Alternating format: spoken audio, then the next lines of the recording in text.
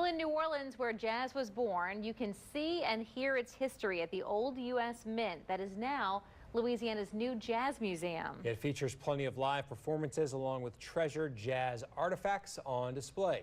Dave McNamara takes us there in the heart of Louisiana.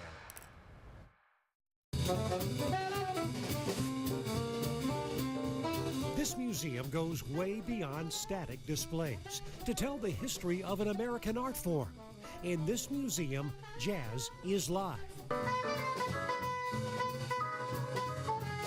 National Park Ranger James Berry leads a jazz quartet in a freewheeling session of jazz standards and improvisation. And I definitely never thought I would be a park ranger, let alone a jazz park ranger. Well, there are 4 park rangers here that are musicians, and as far as we know, we are the only park rangers that are musicians first in the world.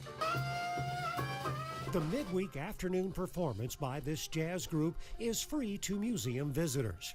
On other days, you can hear different performers or take part in a jazz Pilates exercise group. The shows are informal.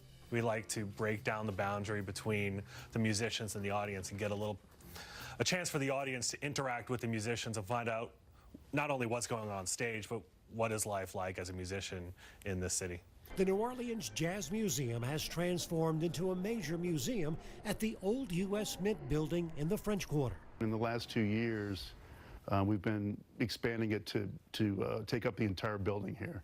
And so now we're doing regular exhibits. We just opened a new exhibit on Professor Long here. In addition to hearing the musical performances on this stage, the museum also features the original instruments that were played by some of New Orleans' most renowned musicians. We have one of Fats Domino's pianos, one of his Steinway pianos here, and the piano that Professor Long here, among many other great pianists, played at Tipitina's. We have the cornet that Louis Armstrong learned to play on. It was what he had at the Waif's home. And there is a room full of memorabilia from jazz clarinetist Pete Fountain.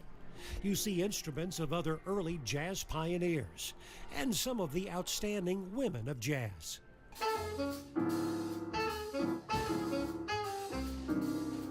I hope they go home thinking about it a little bit differently, understanding that jazz really was a huge transition in the world. And it really has influenced world music. It influenced R&B and rock and roll and country and everything that you can think of that's modern. It's a creative blend of ethnic rhythms and melodies that was born here more than a century ago and still echoes through the streets of New Orleans. With the heart of Louisiana, Dave McNamara, Fox 8 News.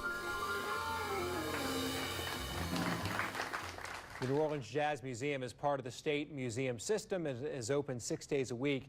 It's closed on Mondays. For more information, log on to fox8live.com.